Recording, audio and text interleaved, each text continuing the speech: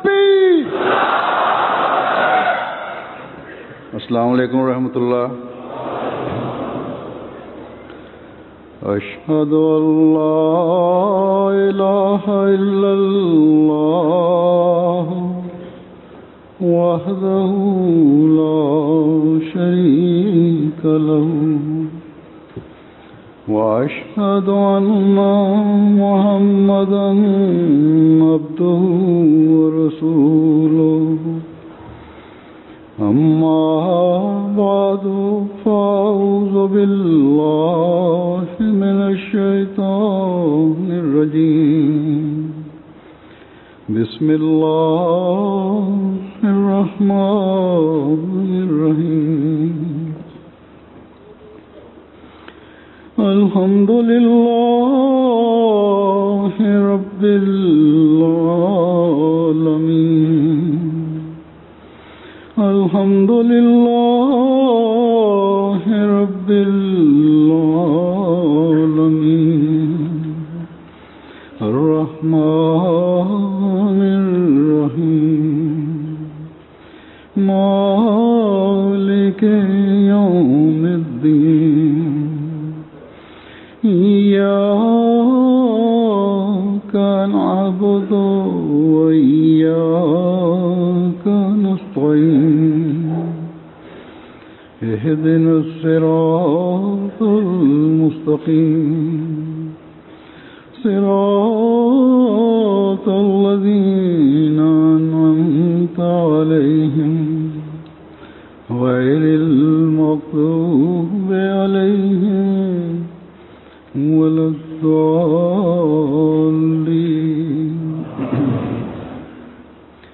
वल्लाहु अंज़ला मिनस समाई माअन। वल्लाहु अंज़ला मिनस समाई माअन फ़अहया बिहिल अर्ज़ बअद मौतिहा। इन्ना फ़ी ज़ालिका लआयतन लिक़ौमिन यस्मऊन।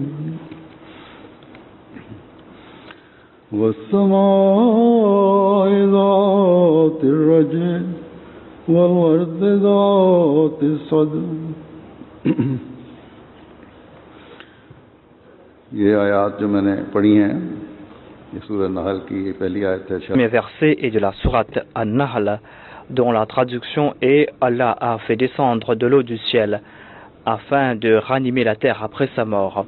Certainement, il y a de grands signes pour ceux qui écoutent. Et le deuxième verset, ou les deux derniers versets sont de la sourate Ad-Dahr, où il est dit: je jure par celui par l'eau qui descend du ciel et par la verdure de la terre. Il n'y a pas de doute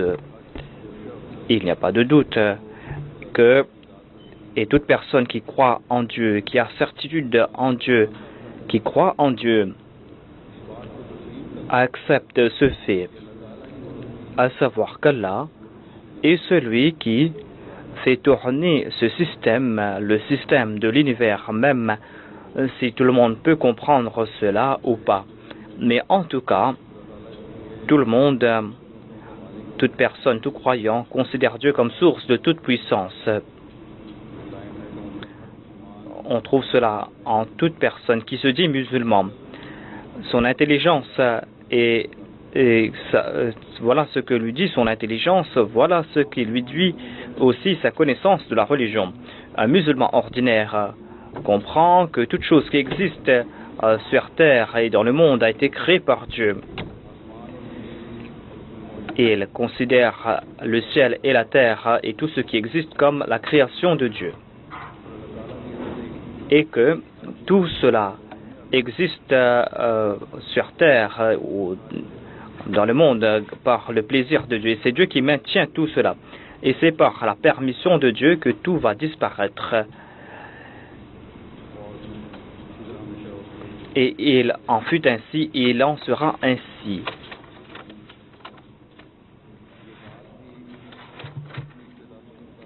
Et selon ces aptitudes de tout musulman, toute personne qui croit en Dieu comprend aussi que cette personne ou la personne qui crée cela sur terre, qui a de l'effet sur terre et dans les cieux, eh bien c'est Allah. C'est lui le Rabbul Alamin, c'est lui qui s'acquitte de son devoir en tant que Rabbul Alamin.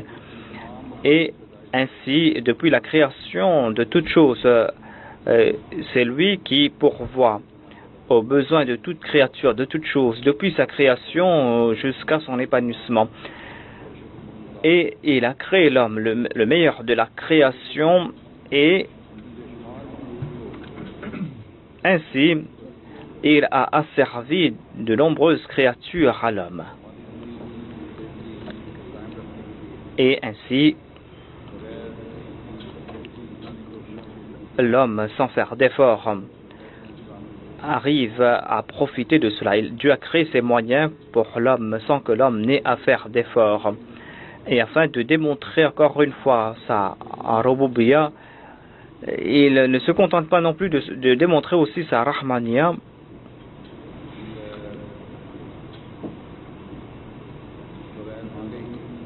Sans demander, il accorde sans demander et il démontre aussi sa Rahimiyya. Il est aussi Mujib, celui qui exauce les prières. Il est celui qui maintient à la vie de l'homme et pour cela il exprime de nombreux attributs. Par exemple, s'il y a une famine, eh bien il écoute les supplications, les lamentations des hommes et ainsi il envoie à la vie afin de pourvoir à l'homme. Il exauce les prières et il démontre sa Rahmaniyya, sa miséricorde. Ainsi, nous constatons que pour ce monde matériel, Dieu est là pour pourvoir aux besoins de l'homme pour sa vie temporaire. Il a mis en place ce système pour la vie éphémère de l'homme. Et quand il déclare aussi que moi,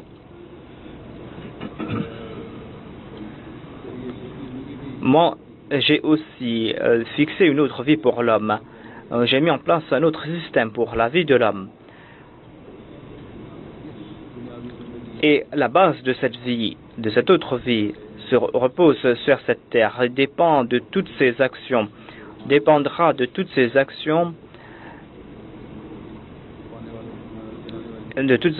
qui vont lui faire progresser dans la spiritualité, c'est-à-dire chaque progrès spirituel, chaque bonne œuvre vont faire en sorte que l'on mérite dans l'au-delà des faveurs que l'on va recevoir dans cette vie éternelle dans l'au-delà.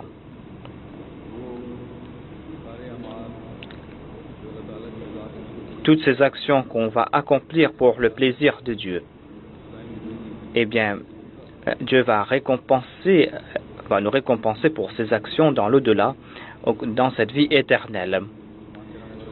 Nous comprenons cela, nous, en tant que musulmans, en tant que croyants. Et nous savons aussi que, en tant que spirituels, quant à ceux qui ne comprennent pas cela, ils doivent réfléchir à ce sujet, puisque pour ce système matériel, Dieu a mis en place tout cela, il a mis en place toutes ces provisions, et bien, certainement, il y a d'autres provisions qu'il a mis en place pour la vie éternelle, et c'est sur cette terre, dans cette vie, que l'on pourra profiter de ses faveurs, on pourra en profiter dès à présent. Ainsi donc, il y a ce système spirituel qui a été mis en place par Dieu. Et grâce à cela, Dieu envoie ses prophètes.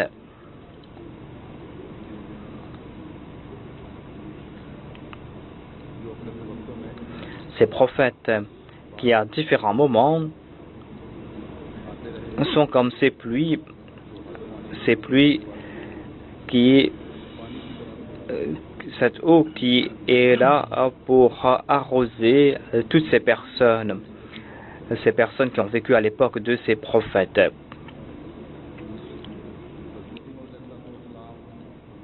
Le Messie premier l'Islam déclare que l'on se souvienne aussi de ce fait que pour connaître Dieu et pour comprendre que Dieu est unique et sans partenaire, eh bien ce sont les prophètes qui viennent enseigner cela. Si ces personnes pieuses ne venaient pas sur terre, eh bien on n'aurait pas eu de certitude quant à cette voie droite. Ce sera quelque chose d'impossible de connaître cette voie. Si on réfléchit sur le ciel et la terre et sur l'agencement des cieux et de la terre, en étudiant cela, une personne douée de bon sens peut dire qu'il y a certainement un créateur ou qu'il doit y avoir un créateur. Mais dans cette pensée qu'il doit y avoir un créateur et dans cette pensée qu'il y a un créateur, il y a une différence entre les deux concepts. Ce sont les prophètes qui viennent nous informer à propos de cette certitude. Des prophètes qui démontrent avec des preuves, avec des miracles, que celui qui était très caché, cet être qui était très caché, celui qui est la source de toute puissance, eh bien, il existe. La vérité est que cette intelligence, le fait de dire que l'on a certainement besoin d'un créateur, eh bien, c'est grâce aux prophètes que l'on pourra tirer une telle conclusion. C'est en raison de la Naboua que l'on arrive à comprendre cela. Si les prophètes n'existaient pas, eh bien, personne n'aurait eu une telle intelligence. L'exemple de cela est comme que c'est vrai que l'eau se trouve sous la terre, mais cette eau est liée avec l'eau céleste. Et de temps en temps, si l'eau ne descend pas du ciel, eh bien, l'eau qui se trouve sous la terre disparaît. Et lorsque l'eau tombe du ciel, eh bien, cette eau souterraine aussi démontre sa vigueur. C'est ainsi que, grâce à l'avènement des prophètes, on affine l'intelligence. L'intelligence qui est cette eau terrestre, eh bien, elle progresse.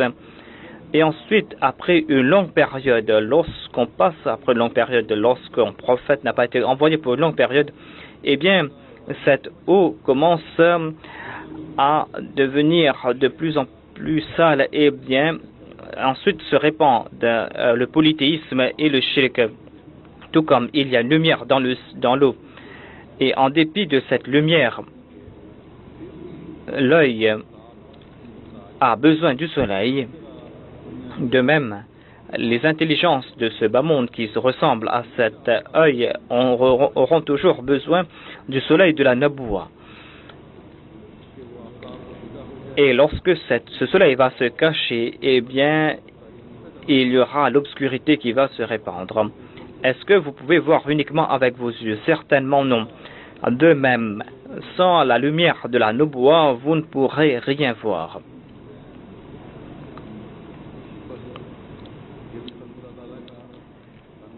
C'est là une autre loi divine, à savoir que les progrès spirituels et par rapport aux actions pourront progresser. Eh bien, on ne va pas faire de progrès sans cette eau qui descend, sans cette eau fraîche qui descend du ciel. Cette eau qui anime les âmes. Ces actions, ces vertus, et cette eau sera la cause de cet épanouissement spirituel, tout comme un arbre fruitier sera comme cet arbre fruitier qui pourvoit aux besoins des autres. Mais lorsque nous analysons cela, si il n'y a pas de pluie pour une certaine période, si on passe par la famine et la sécheresse, si les gens n'ont pas de fruits à consommer, et si les gens commencent à mourir, ou s'il y a des gens qui dépendent de l'agriculture, eh bien, s'ils n'ont pas de moisson, eh bien, ces gens seront anxieux. Les gens m'écrivent des fois avec et on fait la prière istisqa pour qu'il y ait la pluie. Ceux qui prient peut-être de temps en temps lorsqu'ils passent par de telles situations, eh bien, ces mêmes personnes, avec grande détresse, participent de la prière istisqa pour demander la pluie. Ils prient pour qu'il y ait de la pluie, afin qu'ils puissent pourvoir à leurs besoins, afin qu'ils aient de meilleures moissons,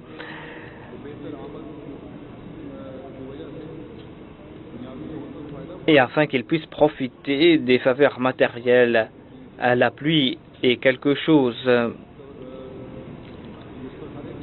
La pluie, nous dépendons tous de la pluie, même si l'on est dans un pays pauvre ou dans un pays pauvre, dans un pays riche, que l'on soit riche ou que l'on soit pauvre, on a tous besoin de nourriture pour remplir nos ventres. Et la nourriture dépend de l'eau, que ce soit de l'eau des rivières, que ce soit de l'eau des puits. L'eau des puits aussi dépend de l'eau du ciel. Et c'est ainsi que l'on pourra profiter de cette eau. Ici, pour de longues périodes, il n'y a pas eu d'eau et l'eau souterraine aussi commence à disparaître lorsqu'il n'y a pas de pluie.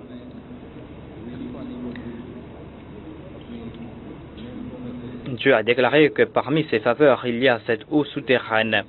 C'est-à-dire, s'il y a l'eau de ces puits qui disparaît, eh bien, qu'allez-vous faire? Par quelle situation allez-vous passer? Qu'est-ce que vous allez faire en de telles situations? Comme je l'ai déclaré pour cette vie matérielle, l'homme se démène et il est en détresse lorsqu'il implore l'eau de la part de Dieu. Mais quand il est question de la vie éternelle, il ne fait pas d'effort pour cette vie éternelle. Et lorsque cette eau passe devant lui, eh bien, il ne lui accorde aucune importance.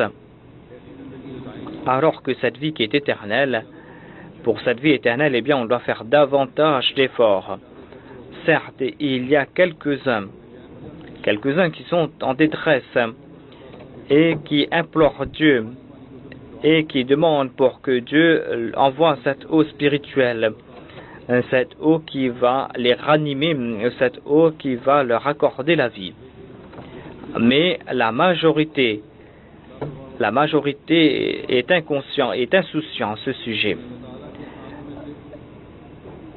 Mais parmi les faveurs de Dieu, et qu'il y a cette faveur, à savoir que Dieu, à travers sa Rabubia et sa Rahmania, il a mis en place ce système pour accorder la vie éternelle, la vie spirituelle aux hommes.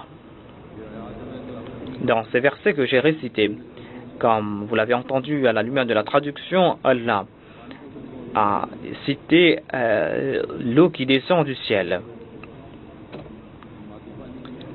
C'est l'eau physique et l'eau spirituelle.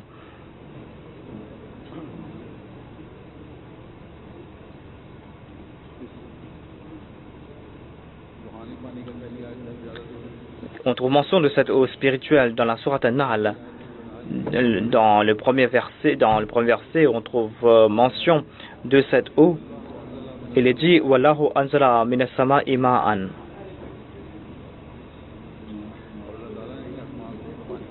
C'est Dieu qui a envoyé cette eau du ciel. Ensuite, il est dit Fa'ahya bihil arda ba'da mawtiha. Et grâce à cette eau, il ranime la terre après sa mort. Ensuite, elle déclare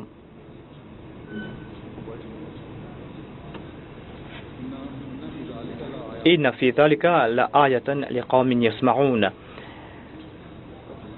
Certainement, il y a en cela des signes pour des gens qui écoutent, des signes pour un peuple qui écoute.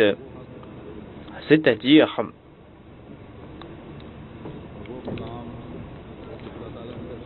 lorsque ces personnes écoutent cette parole qui vient de la part de Dieu, il est dit Yasma'un. Eh bien, on regarde l'eau, on consomme l'eau. Écouter signifie ici qu'il est question ici de l'eau spirituelle, de la parole de Dieu. Lorsqu'on leur présente la parole de Dieu, eh bien, ils profitent de cela. Et ils utilisent cette eau, cette parole plutôt pour embellir leur vie.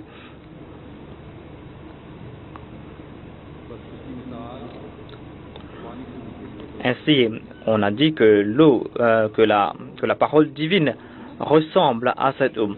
Celui qui va écouter cette parole, celui qui va traduire cela dans la pratique, eh bien, sachez que cette parole accorde la vie à ceux qui sont morts spirituellement. Et la plus grande parole qui a été révélée, la parole parfaite, c'est le Saint-Coran. Ainsi, dans ce verset, on a donné ce message, que c'est le Saint-Coran qui est cette parole qui va vous accorder la vie. Et ici, on comprend le statut du Saint-Coran, on comprend la grandeur du Saint-Coran. Ici, un autre principe qu'on a évoqué est que par l'entremise des prophètes, il y a cette eau spirituelle, cette eau qui accorde la vie à ceux qui sont morts. Avant le saint prophète Mohammed, sallallahu alayhi wa sallam, tous les prophètes qui sont venus dans leurs cercles respectifs, dans leurs régions respectives, ont accordé la vie à ceux qui étaient morts. Mais en même temps, ils ont annoncé l'avènement d'un très grand prophète. Un prophète qui a apporté ou qui va apporter une eau pure, une eau qui va ranimer les morts, qui va ranimer ceux qui sont morts spirituellement, et cette eau va se répandre dans le monde entier. Ainsi, le Saint-Coran et cet enseignement parfait pour toute époque, c'est une eau qui a été révélée, a été envoyée lorsque la terre était morte complètement. Le saint prophète Mohammed sallallahu alayhi wa sallam a reçu en révélation cet ouvrage par son pouvoir sanctifiant. Il a ranimé les morts. Le Messie promis alayhi salam a évoqué cette situation, le fait qu'il a ranimé les morts, et il a déclaré: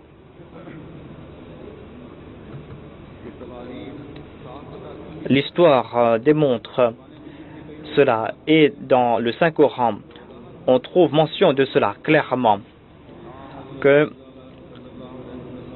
le saint prophète Mohammed, paix soit lui, a été envoyé à une époque lorsque dans le monde entier il y avait l'égarement, le polythéisme, où on adorait que les créatures de Dieu, et les gens avaient abandonné la vérité, avaient oublié la voie qui était droite, et tout un chacun avait choisi les voies de l'innovation. Parmi les Arabes, le polythéisme avait atteint son comble. En Perse, il y avait l'adoration du feu, et le polythéisme avait pris plusieurs formes partout. Et ainsi, au cours de cette période, il y avait certains qui avaient, parmi les hindous par exemple, on avait déjà commencé à adorer les prophètes, et selon un certain prêtre et selon certains chercheurs, la religion chrétienne était la plus pervertie à l'époque. Et en raison de ces prêtres qui s'étaient pervertis, eh bien, le christianisme était en déclin. Et ainsi, dans les enseignements chrétiens, on a vu que plusieurs objets avaient pris la place de Dieu. Le Messie premier alayhi salam a parlé à propos d'un prêtre d'Evonport, et il a parlé aussi d'autres érudits d'origine anglaise qui ont écrit à ce sujet. Je ne vais pas citer cela, mais Davenport plutôt est un Anglais qui avait écrit cela. Il a décrit la situation à l'époque. Il a dit que d'une part, il y avait les actions infâmes commises par les Juifs et les chrétiens, et on trouvait cela dans la péninsule arabique. Et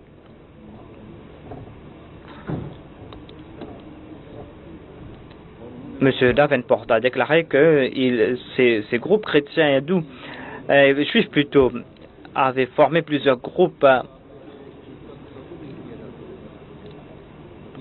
La vérité est que les actions des chrétiens ont détourné les gens du christianisme. Leurs mensonges qu'ils ont colportés concernant le miracle et l'action de ces prêtres ont fait en sorte que les églises étaient vides dans la péninsule arabique, Et ainsi, il y a eu des dissensions parmi les différentes branches de l'Église. Et ils ont commis des actions infâmes. Et ils étaient toujours victimes de ces dissensions. Ces dissensions avaient pris place. Et ensuite, il a écrit, c'est en raison de ces dissensions qu'ils étaient divisés. Et ils vivaient dans une vie libertine. Et cela avait créé de grands troubles. Et cela avait fait connaître à la luxure à ces gens. Et en Arabie, partout, les gens s'étaient écartés de ces moines, de ces gens qui avaient dilapidé leur vie. Mais il y avait des pensées infâmes dans les têtes de ces gens. Et de temps en temps, là, il y a eu ces groupes armés qui partaient dans des villes et qui, par la force de l'épée, forçaient les gens à accepter leur foi. Et ainsi, ils ont fait le polythéisme a remplacé l'adoration de Dieu. Ensuite, M. Davenport a écrit que ainsi, il y a eu ces photos et ces reliques chrétiens qui sont devenus ainsi des objets d'adoration. Voilà ce que l'on a dit au nom de Jésus-Christ. Et on voit cela à Alexandrie et à Alep. Il a déclaré qu'au moment de l'avènement de Mohammed, tous avaient abandonné des principes religieux et tout cela, et ils s'étaient contentés de ces points secondaires et se disputaient à propos de cela. Et les Arabes avaient constaté que tout ce qu'ils disaient, eh bien, ces gens s'étaient détournés de leur religion. Ils s'étaient détournés de l'adoration de Dieu qui était douteux pour ces Arabes. Et certainement, ils n'étaient pas meilleurs que ces polythéistes. Cela se trouve dans son ouvrage An Apology for Muhammad and the Quran par M. John Davenport. Il y a un autre ouvrage qui a été publié vers la fin des années 1800. Voilà ce qu'a cité le Messie premier alayhi salam. Ainsi, le saint prophète a été envoyé au cours de cette période d'égarement. L'État de l'époque appelait l'avènement d'un prophète. On avait besoin de cette personne. Il a été envoyé par Dieu et il a invité le monde vers le bien et a détourné le monde du shirk et il a mis fin au polythéisme et cela preuve encore une fois que le saint prophète était le véritable prophète de Dieu, le meilleur de tous.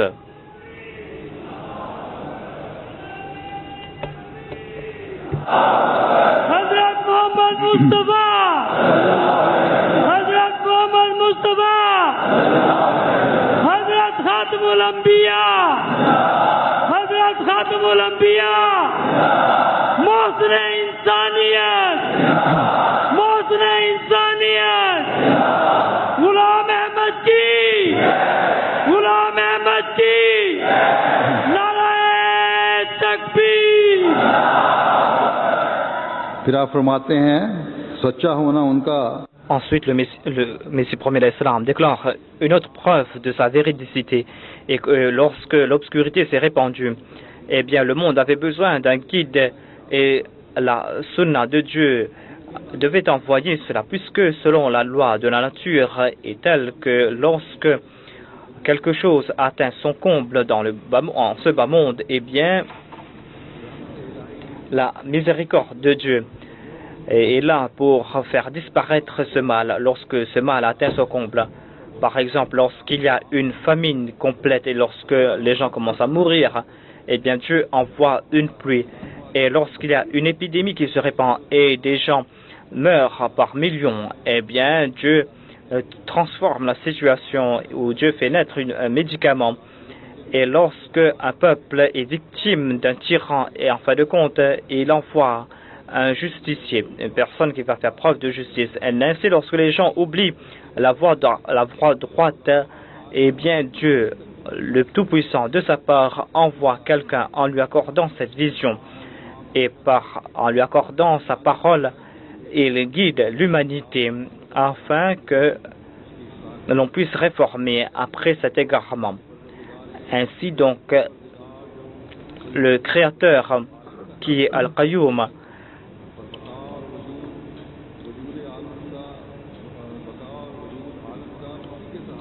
et c'est lui qui soutient l'humanité, c'est lui qui soutient le monde. C'est lui ainsi donc qui n'aime pas que le monde souffre et ainsi il n'abandonne pas l'homme. Au contraire, il démontre sa grâce. Ainsi, lorsqu'on avait besoin de cela, à savoir que il a été prouvé que pour mettre fin à ces malheurs, cet attribut de Dieu devait se manifester. Et l'histoire aussi a prouvé cela. Et cela a été prouvé grâce aux paroles du Saint-Coran et même aux paroles des ennemis du Coran. C'est-à-dire comment l'avènement du Saint-Prophète, ces calamités, ces malheurs avaient atteint leur comble. C'est-à-dire l'humanité tout entière s'était écartée de la voie droite. Et tous comprenaient, savaient aussi qu'en raison de cette situation, pour réformer la situation, eh bien, pour faire sortir l'humanité de cette obscurité du polythéisme, eh bien, seul le Saint-Prophète a été envoyé. C'est lui qui est venu pour guider l'humanité. Et le résultat de tout cela est que le Saint-Prophète Mohammed, soit lui, était le véritable guide de la part de Dieu. Voilà ce qui a été indiqué dans le Saint-Coran. Dans la parole de Dieu, Allah a déclaré que Tallahu laqad arsalna ila umamin min qablika fazayyana alayhim ash-shaytan a'maluhum fahuwa waliyuhum al-yawma wa lahum 'adhabun alim wa ma anzalna alayka al-kitaba illa litubayyana lahum allazi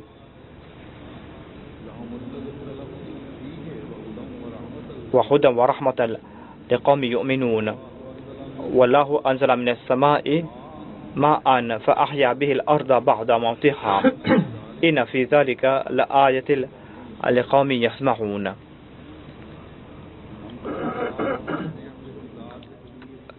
Elle déclare par Allah, moi qui suis la source de toute miséricorde, nous avons envoyé avant toi plusieurs prophètes.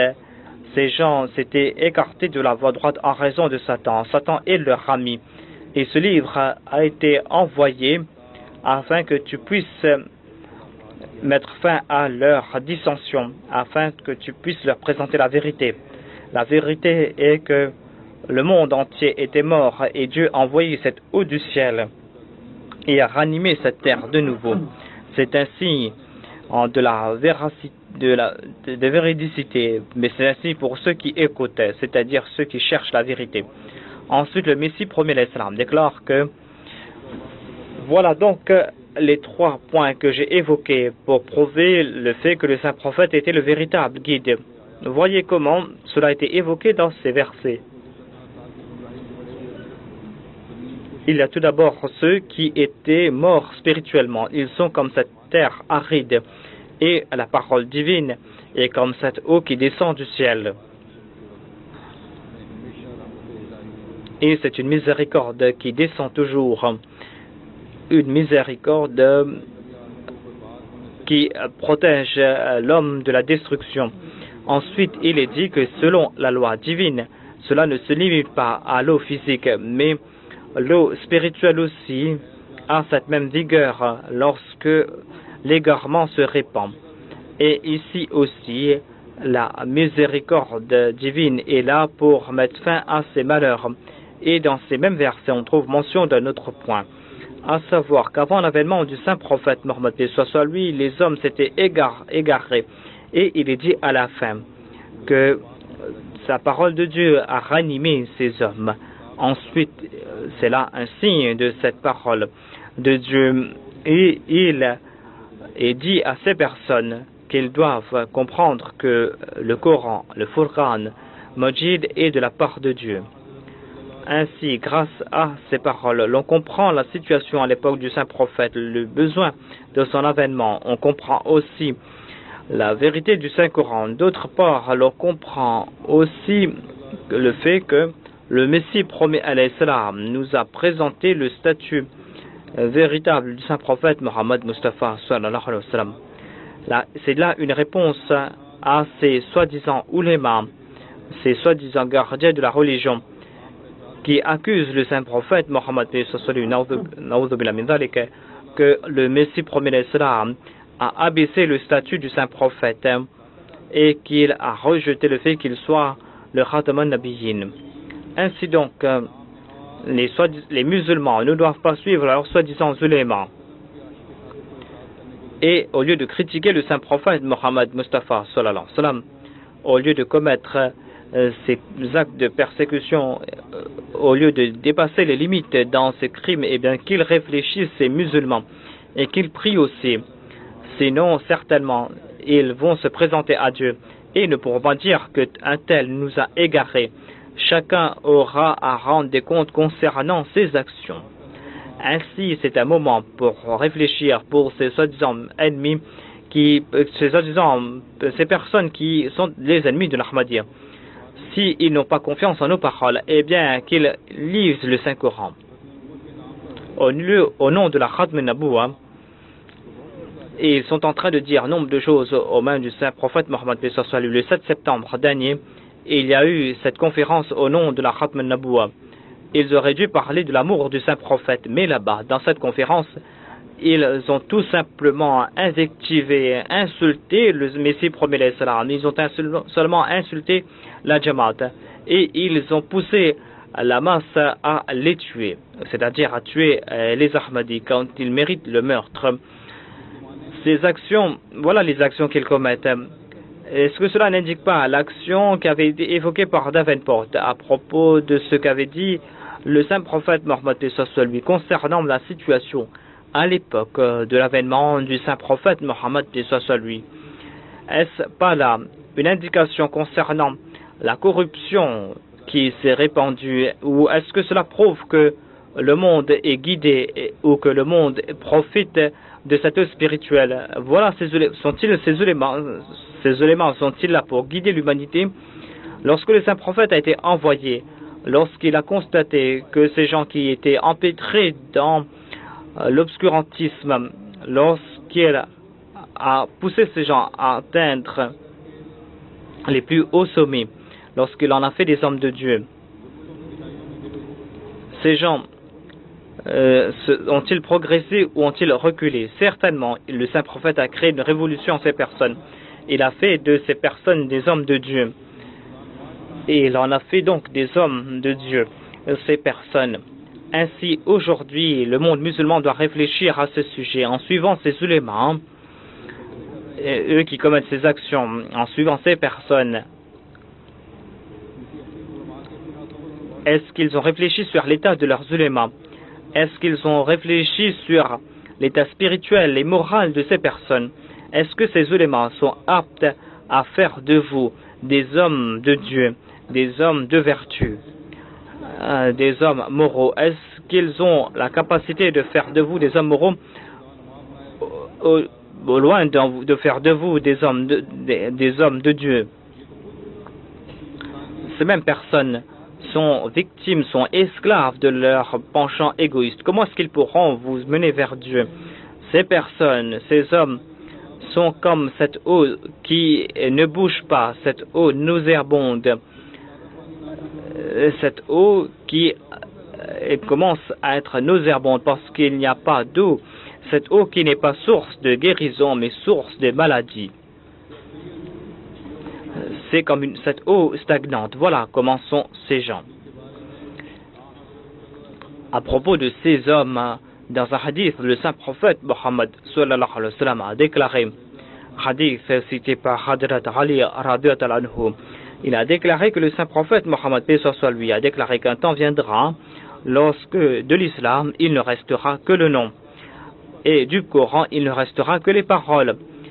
Et apparemment les mosquées seront remplies, mais ces mosquées seront vides de direction. Leurs ulémas seront les pires créatures sous le ciel.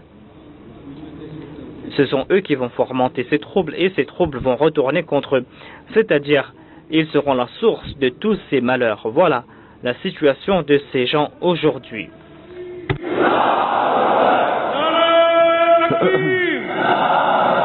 Hazrat Muhammad Mustafa, Hazrat Khatam al-Anbiya, Hazrat Khatam al-Anbiya, Hazrat Khatam al-Anbiya, Ghulam Ahmad ki, Ghulam Ahmad ki, Ghulam Ahmad ki, Khilafat Ahmadiyya, Hazrat Amir al-Mu'minin, Hazrat Amir al-Mu'minin, Nara Takbir.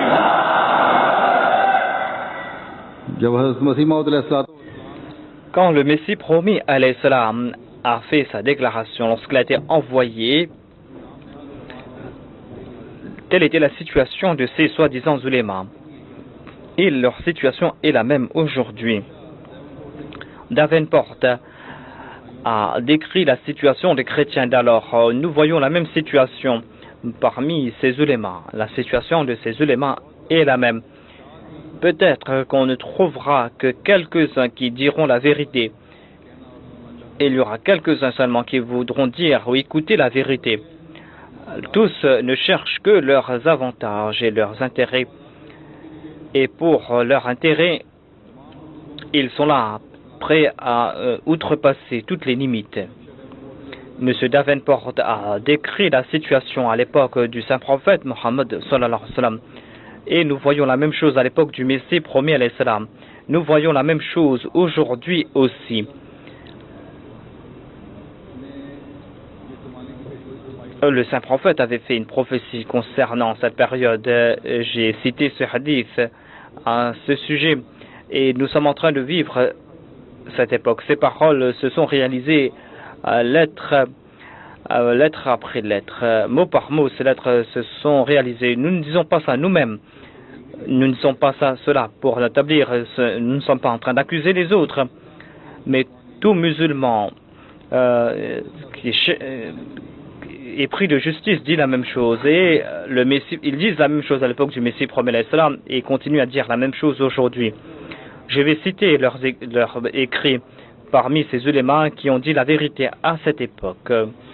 Nawab Nurul Hassan Sahib, dans son livre Iqtarabatissar, a déclaré que voilà la situation de la moralité. Ceux qui font de bonnes œuvres matin et soir, par exemple ceux qui prient, ceux qui accomplissent le jeûne ou le pèlerinage, ceux qui dépensent de leurs biens, mais leurs intentions ne sont pas en accord à ce que disent cela. Leurs actions, ils le font par ostentation pour se faire bon renom, ou des fois ils sont coupables de ces écarts de conduite. Et ensuite, ils déclarent que ces jours sont perdus, sont loin. Lorsque les gens étaient prêts à se sacrifier pour la religion, même toutes ces actions qui sont accomplies pour la religion, même loin des regards, eh bien, on le fait pour ce bas monde. Ensuite, comment pourrait-on considérer cela comme des actions pour la cause de Dieu? Comment pourra-t-on considérer cela comme des efforts pour la foi? Mais les hommes ressemblent à ces animaux. Et vous pouvez chercher avec une lampe, mais vous n'allez pas trouver une seule personne pieuse. Et il y a ces soi-disant fakirs, ces grands précepteurs, ces grands derviches qui disent qu'ils sont des grands adorateurs de Dieu. Eh bien, ils sont en train de rejeter la vérité. Et ils sont comme des animaux. Si vous me demandez la vérité, eh bien, sachez que ces gens veulent tout simplement remplir leur ventre, sont des suppôts de Satan. Ensuite, ils déclarent que leur animosité, leur amitié, tout cela repose sur ces jalousies, ne dépend pas de leur relation avec Dieu, avec le prophète. Ils ont la même connaissance, mais ils ne font pas de distinction entre ce qui est licite et illicite. Ils sont coupables de la médisance. Ils sont en train de mentir à outrance. Ils sont coupables de ces actions infâmes et ils considèrent cela comme des grandes vertus et ils profèrent ces insultes matin et soir. Voilà donc, ils utilisent leur langue comme leur gagne-pain. S'ils avaient la crainte de Dieu, eh bien, il n'y a que quelques-uns qui ont cette crainte de Dieu. Ainsi donc, est-ce que nous ne voyons pas la même situation aujourd'hui? Situation à l'époque du Messie promis, lorsque cette eau a été révélée. L'époque qu'avait décrit le saint prophète Mohammed Mustafa sallallahu alayhi wa sallam. Donc, le saint prophète n'avait pas dit que l'islam allait disparaître. Il avait dit cela afin que nous puissions chercher cette eau. Ensuite, Nawab Siddiq Hassan Khan, qui était un mujadid selon dans un ouvrage, il a déclaré que je suis l'un de ces ulémas, ces personnes qui se disent être érudits. Eh bien, ces gens ne cherchent que ce bas monde. Leur seule occupation, c'est de remplir leur poche matin et soir. Ils ne cherchent que à remplir leur ventre. Et de toute manière, la masse est comme ces animaux. Et ils sont très loin de la vérité. Et les signes de la Qiyamah sont là et nous sommes en train de vivre le 14e siècle. Et nous voyons ces grands signes du jour dernier. Dans les hadiths, il est dit que les gens pieux vont disparaître et les gens seront comme les gens qui vont rester seront des infâmes. Voilà l'époque de la Qiyamah. Un autre érudit dans son ouvrage Qadania, il avait écrit cet ouvrage contre nous, mais il a été contraint de dire la vérité. Il déclare que le monde musulman était tel qu'il y avait cette maladie morale et spirituelle. Le plus grand mal était le polythéisme qui se trouvait partout. Les gens partaient sur les tombes pour implorer les saints. Et dans toutes les maisons, il y avait des innovations. Et il y avait partout des innovations. La situation était telle qu'on avait besoin d'un réformateur. Un réformateur qui allait enlever cette ignorance parmi les musulmans. Quelqu'un qui, avec courage, allait inviter les gens vers l'unicité et vers le saint prophète. Et qui allait aussi inviter les gens vers la religion de Dieu. Mais en dépit de dire tout cela, malheureusement, cet auteur a rejeté les déclarations du Messie promis alayhi salam. Ensuite, Sayyid Abdullah Hassan Nadwi a décrit la situation à l'époque du Messie promis alayhi salam. Il a déclaré la situation morale des musulmans était comme ces gens qui sont en déclin, ces États qui sont en déliquescence. Leur société était si pervertie que les gens avaient peur ou avaient honte de décrire leur perversion.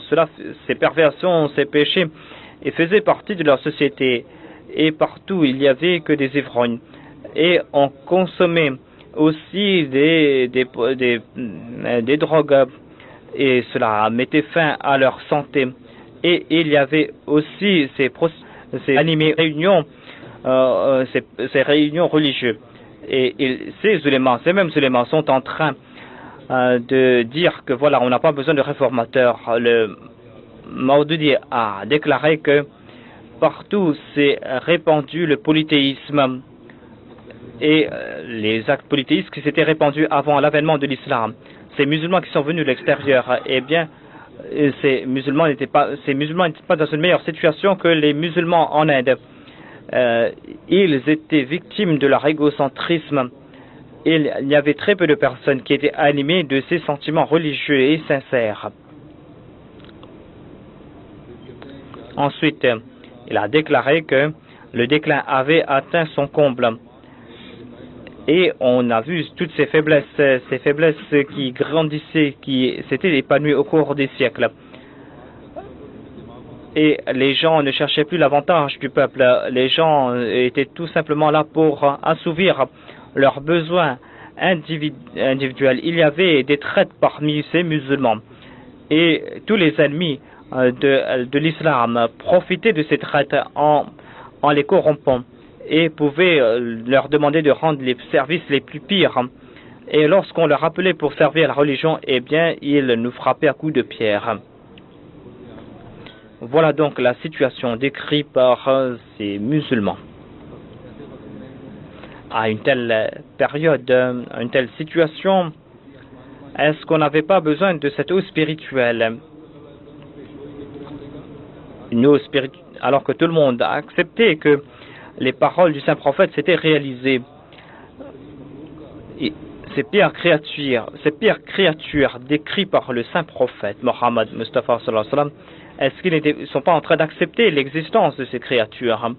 S'il en est ainsi, puisque les prophéties du saint prophète Mohammed lui se sont accomplies mot à mot, et puisque ces mêmes personnes ont décrit cela dans ces mêmes paroles, et j'ai cité quelques exemples à ce sujet, si l'on regarde cela de près, eh bien, dans ces livres de ces ulémas, il y a une situation encore plus effroyable qu'ils ont décrit à ce propos. Mais malheureusement, ces mêmes personnes qui ont décrit cela, lorsque cet imam est venu, eh bien, ils ont rejeté cet imam. Lorsque cette eau spirituelle a annoncé que moi, je suis cette eau qui a été envoyée au moment opportun, je suis cette lumière divine, eh bien, ils ont lancé des fatwas de kufr contre cette personne et ont essayé de détourner la masse du Messie premier salam. Ils ont oublié ce hadith du saint prophète Mohammed sallallahu alayhi wa sallam, à savoir que lorsque la situation sera telle, lorsque le Messie viendra, lorsque l'imam de l'époque viendra, eh bien, vous allez devoir me suivre, vous allez devoir le suivre. C'est-à-dire, cet imam va me suivre moi, le saint prophète, partez et transmettez-lui mes salutations. Les paroles du saint prophète ne se sont-elles pas réalisées à 100%? Ces akharines qui devaient se lier avec les awalines, eh bien, à cette époque, la foi était montée au ciel et c'est cette jamaat des akharines qui a fait descendre cette foi de nouveau sur terre. Ces ulémas eux-mêmes ont décrit la situation des masses musulmanes. Est-ce que cela ne signifie pas que la foi est montée au ciel? Jusqu'à quand? Est-ce que pour leur intérêt personnel, en dépit de ces admissions, ces ulémas, génération après génération, vont toujours priver les masses musulmanes de ces faveurs divines? Vous qui cherchez vos intérêts, sachez aussi que certainement c'est Dieu qui envoie des gens pour réformer la religion, et cela ne va pas se faire par vos efforts. Après l'avènement du Messie premier, vous avez fait beaucoup d'efforts. Il y a ces soi-disant ulémas et il y a même des États qui se sont ligués pour mettre fin à la mission du Messie premier d'Islam. Ils ont fait beaucoup d'efforts en ce sens. Mais est-ce qu'ils ont remporté la victoire? Hier, j'ai présenté le rapport concernant les faveurs divines. J'ai même pas évoqué un cinquième de ce que je devais vous présenter. Je ne vous ai présenté qu'un simple aperçu. Le monde écoute, les gens nous écoutent. Et certainement, on ne pourra pas compter les faveurs divines. Dieu lui avait donné cette consolation inimarque. Et Dieu a déclaré qu'il est avec lui. Et aujourd'hui, l'Ahmadiyya, aujourd'hui, cette eau est en train de pleuvoir sur plus de 200 pays.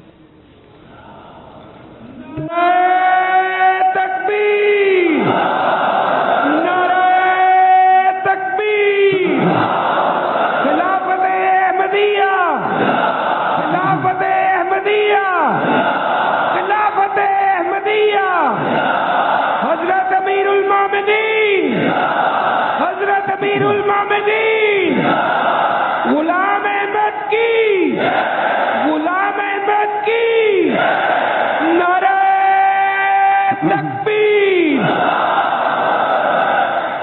Allah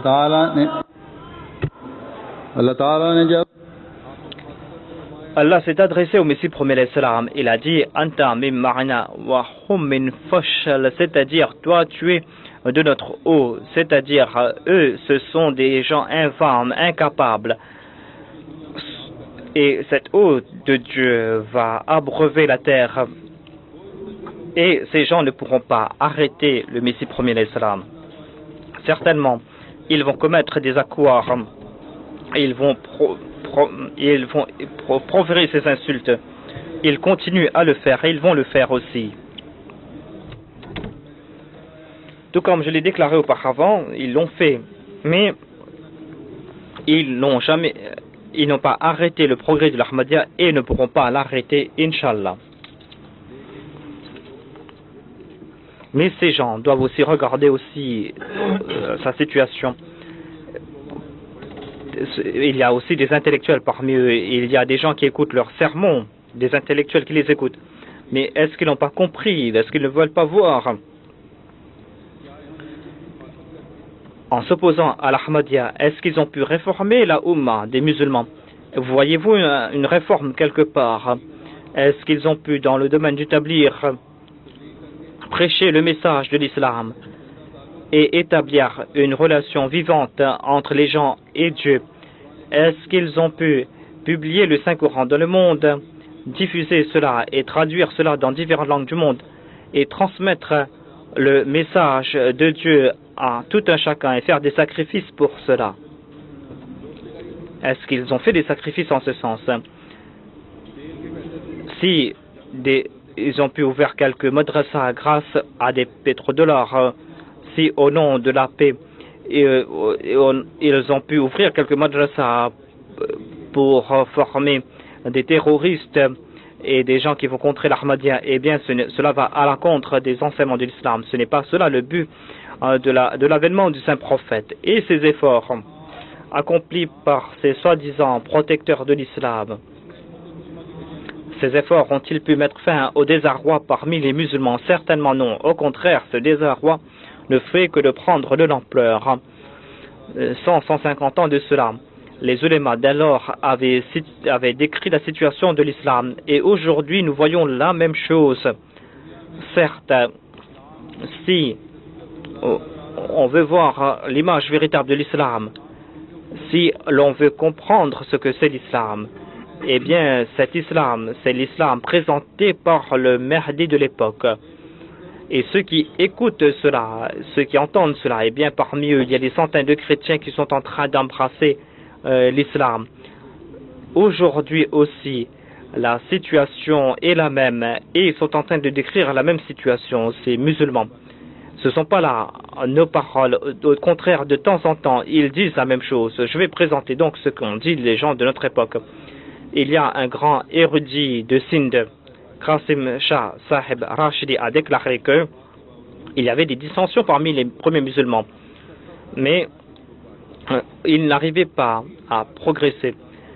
Au contraire, il y avait les Hanafites, les Shafites, les Hanabi, tous faisaient partie de cette Ummah.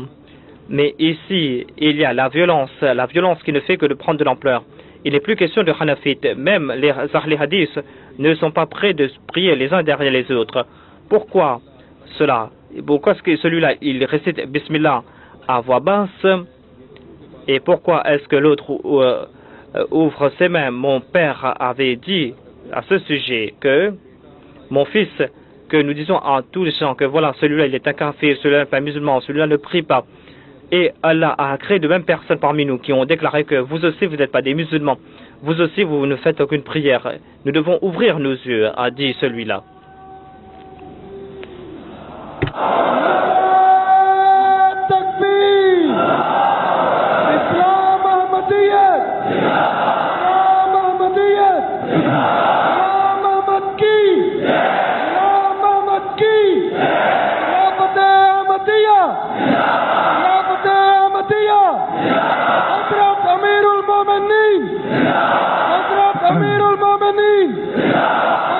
Khalifah Muhammadul Masih al-Khamis.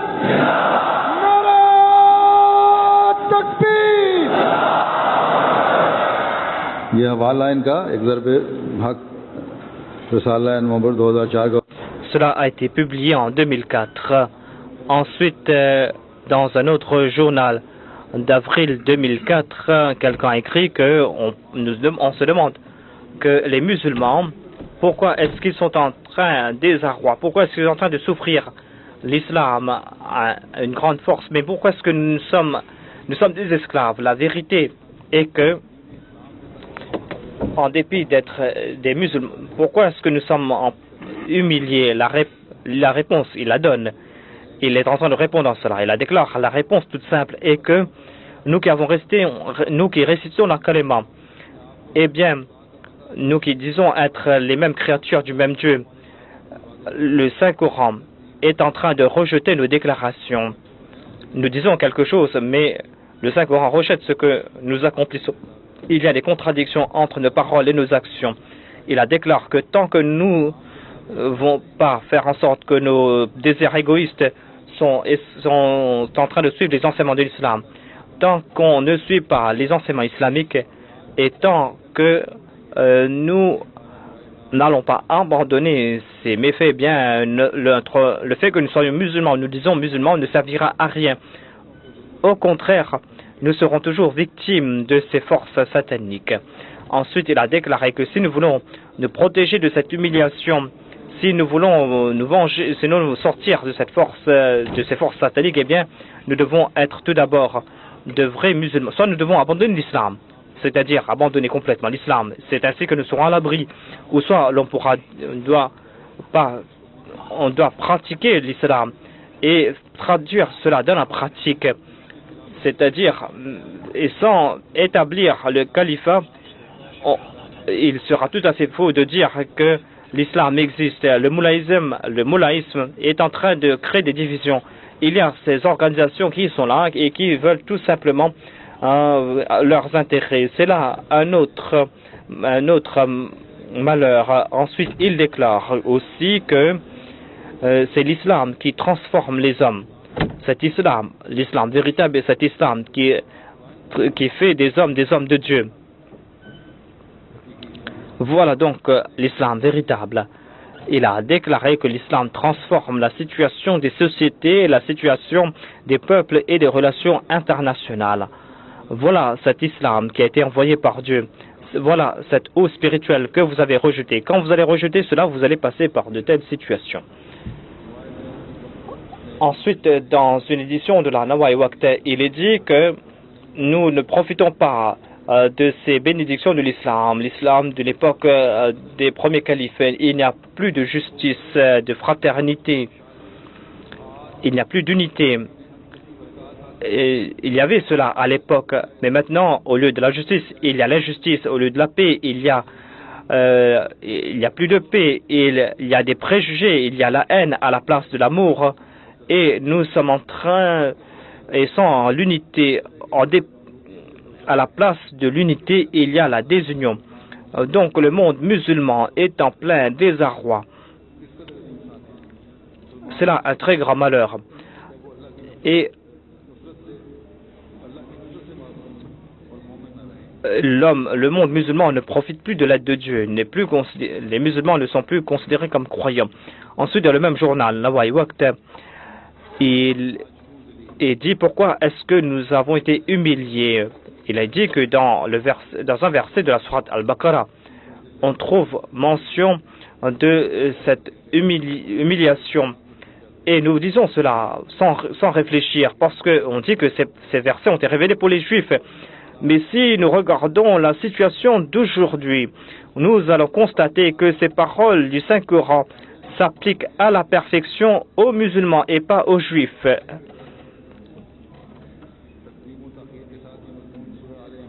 On peut lire cela dans un autre verset de la sourate Al-Imran, et à la fin de la sourate Al-Fatiha, on trouve mention de cela. Et tous les mufassirin disent la même chose, que Maghdoub alayhim sont les Juifs et Dhalin sont les chrétiens. Alors que dans la réalité, si l'on regarde certainement que les chrétiens sont égarés, mais Maghdoub alayhim l'image parfaite de cela ne sont pas les Juifs, mais les musulmans. Il a déclaré que notre situation est la même qui a été décrite par le saint prophète Mohammed soit lui dans un hadith.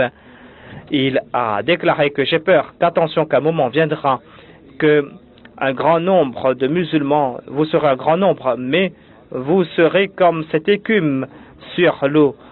Eh bien, nous voyons ce qui se passe devant nous, nous en sommes témoins, que ce soit en Occident ou en Orient, partout le monde musulman sont victimes de ces troubles. Ainsi, il n'y a plus d'honneur. Et ainsi, on a fait l'enterrement de la religion. Et ainsi, dans le monde musulman, il n'y a plus de sens de l'honneur. Réfléchissez, dit-il, réfléchissez sur les paroles du Saint-Coran. Il a dit que ces personnes sont tombées dans la colère de Dieu et ces personnes ont été humiliées. Est-ce que cela s'applique aux Juifs ou aux musulmans? Voilà ce qu'a dit donc cet auteur. Cela a été publié dans une édition du journal Nawawi Waqta. Voilà comment est-ce qu'ils ont décrit. Est-ce que cela ne doit pas les pousser à réfléchir et à comprendre que telle est la situation? Certes, certainement, une personne a pris Dieu à témoin et il a déclaré qu'il vient de la part de Dieu. Il a lancé des défis au nom de Dieu en disant que j'ai été envoyé par Dieu. Si vous avez des doutes, eh bien, luttez contre moi. Dites que Dieu tout ce qu'il a dit n'est pas de sa part, mais il dit que je parle au nom de Dieu. Dieu m'a envoyé comme le Khatam al-Khulafa parce que moi, je suis en train de suivre mon maître, mon précepteur, le saint prophète Mohammed soit lui. Je suis son amoureux parfait. Je suis venu suite à ses prophéties. Et je suis venu suite aux prophéties faites au saint prophète Mohammed soit lui. Si vous me rejetez, dit le Messie premier alayhi salam,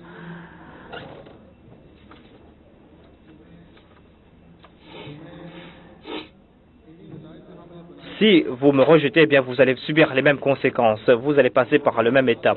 Réfléchissez, comprenez que maintenant la renaissance de l'islam va se faire par moi, tel est le décret de Dieu. Est-ce que vous n'avez pas réfléchi? Est-ce que vous n'avez pas compris qu'en dépit de vous n'arrivez le progrès de l'Ahmadiyya, de la Jamaat, vous n'arrivez pas à arrêter les faveurs divines? Réfléchissez, car si cela a été fondé par un homme, eh bien ce mouvement aurait été détruit depuis fort longtemps.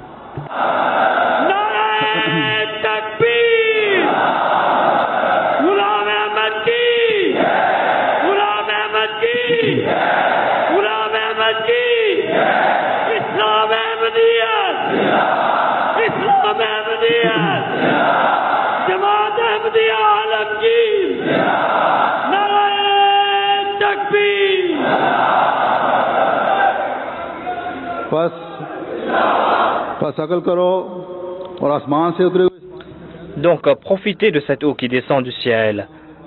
À plusieurs reprises, le Messie premier l'Islam a présenté le besoin de cette eau spirituelle et il a évoqué le but de son avènement. Il avait déclaré aussi à ce sujet que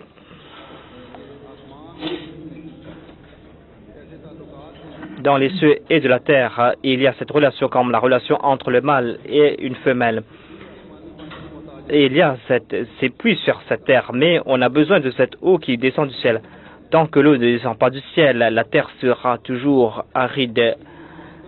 Et la vie de la terre dépend de cette eau spirituelle, de cette eau qui vient du ciel. C'est pour cette raison qu'il est dit « I'lamu in anna Allaha yuhyil arda ba'da mawtiha » Et il est dit aussi que lorsque l'eau ne descend pas du ciel, lorsqu'il y a une sécheresse, eh bien l'eau des puits aussi s'assèche. Et nous constatons aussi que l'eau disparaît. Mais lorsqu'il y a une pluie diluvienne, eh bien il y a cette eau qui remplit les puits, car cette eau du ciel fait remplir ces puits. Si vous abandonnez cette eau céleste, eh bien ces puits vont s'assécher. C'est pour cette raison que Dieu a accordé cette lumière dans le fort intérieur de tout chacun. Dieu lui a accordé la capacité de faire la distinction entre le bien et le mal. Mais si cette eau ne descend pas grâce aux prophètes, eh bien, ils vont perdre leur aptitude et il y aura de l'obscurité dans leur cœur et ils n'auront pas la capacité de réfléchir, car on profite de cette eau qui descend des prophètes, tout comme l'eau fait naître de la verdure. Ainsi donc, la Naboua accorde cette lumière aux esprits.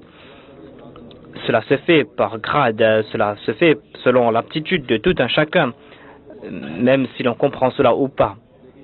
Mais tout cela se passe grâce à cette lumière de la Naboua. Ensuite, il a déclaré que lorsqu'il n'y a pas d'eau, eh bien, la terre devient aride, il n'y a plus d'eau dans les puits. Telle est la loi concernant les prophètes. Raj signifie l'eau. Il est dit Vat Raj. Le ciel a été qualifié de Vat Raj. Cela veut dire que c'est cette eau qui est l'eau véritable. Dans un vers en langue persane, il est dit que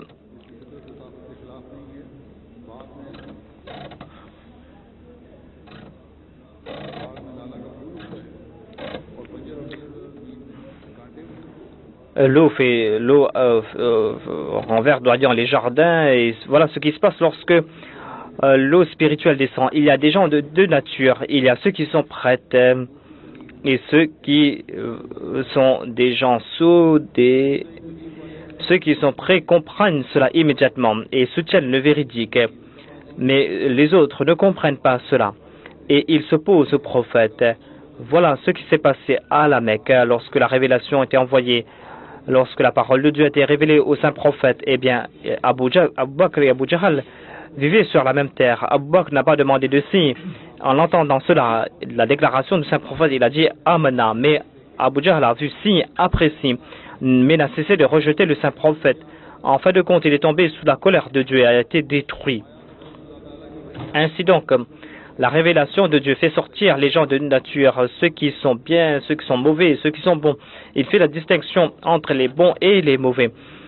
Et lorsqu'il n'y a pas d'eau, il n'y aura pas de verdure. Et ainsi donc, les deux s'épanouissent au même endroit. Et ainsi, auparavant, ils sont mélangés comme tout comme il y a les graines de blé et les graines des mauvaises herbes. Ces deux graines sont au même endroit, mais le jardinier enlève les mauvaises herbes. Ainsi, voilà ce qui a été décrit. Il y a ceux qui critiquent les prophètes, alors que dans cela, il y a une grande philosophie. C'est pour cette raison qu'il est dit Asama et Vat Raj. Ensuite, il est dit Innahu la qawlun fasl. Voilà la parole de Dieu. ये एक नजरी अमर था इसके सबूत के लिए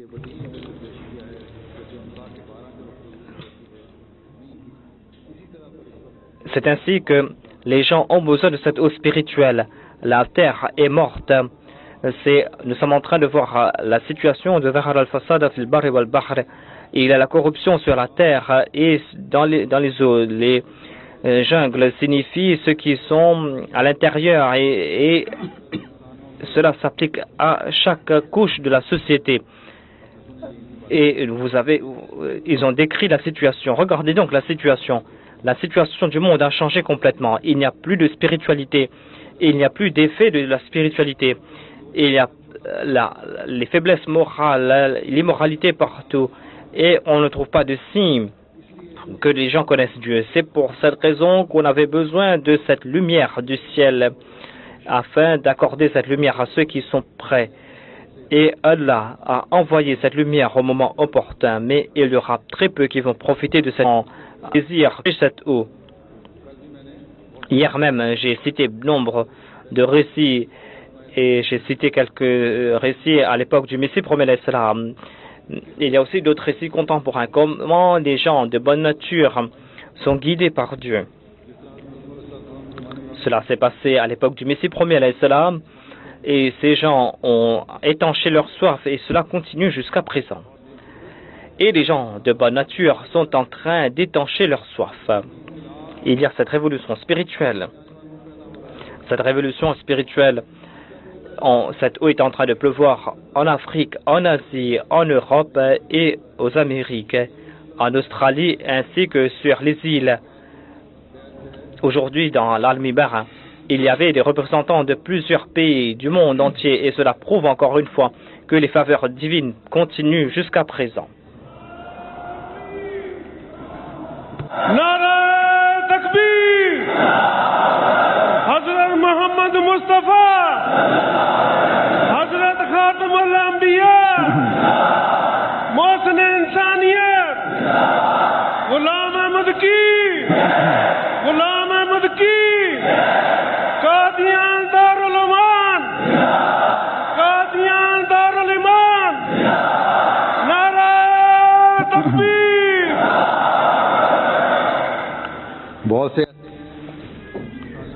J'ai déjà cité l'exemple de plusieurs personnes qui ont été guidées par Dieu grâce à des rêves. Il y a certains rêves dans lesquels il est dit clairement que, j'ai pas cité un rêve, mais il est dit que cette eau que l'on est en train de recevoir à travers des érudits, eh bien cette eau ne pourra pas nous étancher. Et cette eau qui va nous étancher notre soif vient du Messie promis alayhi salam. Le Messie promis alayhi salam déclare encore une fois que la vérité est telle que lorsqu'un imam apparaît sur terre, eh bien, il est accompagné de lumière et il y a une ouverture dans le ciel. Cette lumière se répand et les gens se réveillent, les gens de bonne nature se réveillent. Ainsi, nous avons vu des exemples pratiques de cela. Après cela, comment pourra-t-on dire que cette eau n'est pas venue et comment nous allons tomber entre les mains de ces ulémas? Je m'adresse aux musulmans. Il y a beaucoup de personnes qui nous écoutent. Je leur demande de réfléchir. Je m'adresse aussi à ces aveugles ou aveugles.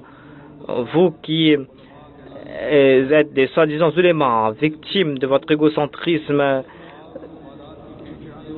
vous qui ne cherchez que vos intérêts et vos avantages, vous qui les poussez, ces musulmans, à tuer des innocents, jusqu'à quand vous allez dire, jusqu'à quand allez-vous écarter les musulmans de l'imam de l'époque? Vous dites vous-même qu'on a besoin de cette eau du ciel. Et lorsque cette eau est descendue, vous ne profitez pas de cette eau. La situation est étrange, c'est-à-dire, vous acceptez que le châtiment de Dieu vous frappe, mais vous vous repentez pas. Certains ont accepté cela dans leur déclaration et craignez Dieu. Si vous ne changez pas, eh bien, il se peut qu'un plus grand châtiment de Dieu ne vous frappe. Et un châtiment que vous avez évoqué, lorsque la colère de Dieu frappe, eh bien, il ne laisse personne.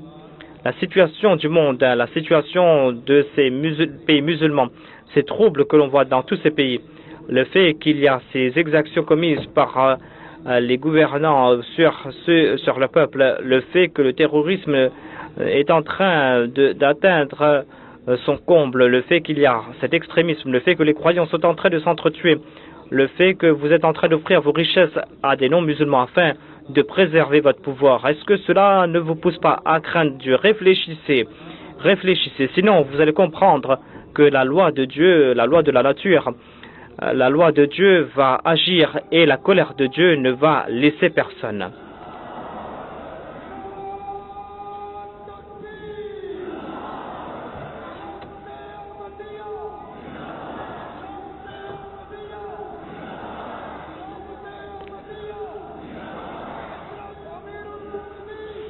Hazrat Amir al-Mu'minin, Hazrat Khalifatul Masih al-Khamis, Nara Takbir.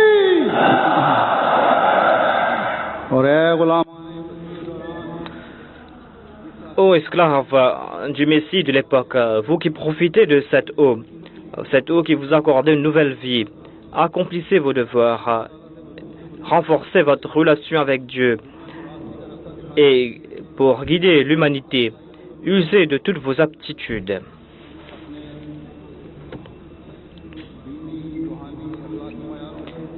Et progressez dans le domaine de la spiritualité, de la moralité. afin que vous puissiez accomplir vos devoirs. Soyez comme cette eau qui va abreuver ces jardins. Soyez ces rivières qui font couler cette eau qui est toujours fraîche. Maintenant, ce sont ces serviteurs du Messie qui vont offrir cette nourriture. Cette eau, c'est cette eau qui va étancher cette soif, cette eau qui vient du Messie. Il n'y a pas d'autre jamaat, d'autre groupe qui pourra rapprocher l'humanité de Dieu. Si nous n'accomplissons pas nos devoirs, eh bien, nous serons questionnés à ce sujet. Ainsi, nous devons tout faire pour le plaisir de Dieu. Aujourd'hui, chacun d'entre nous doit faire le serment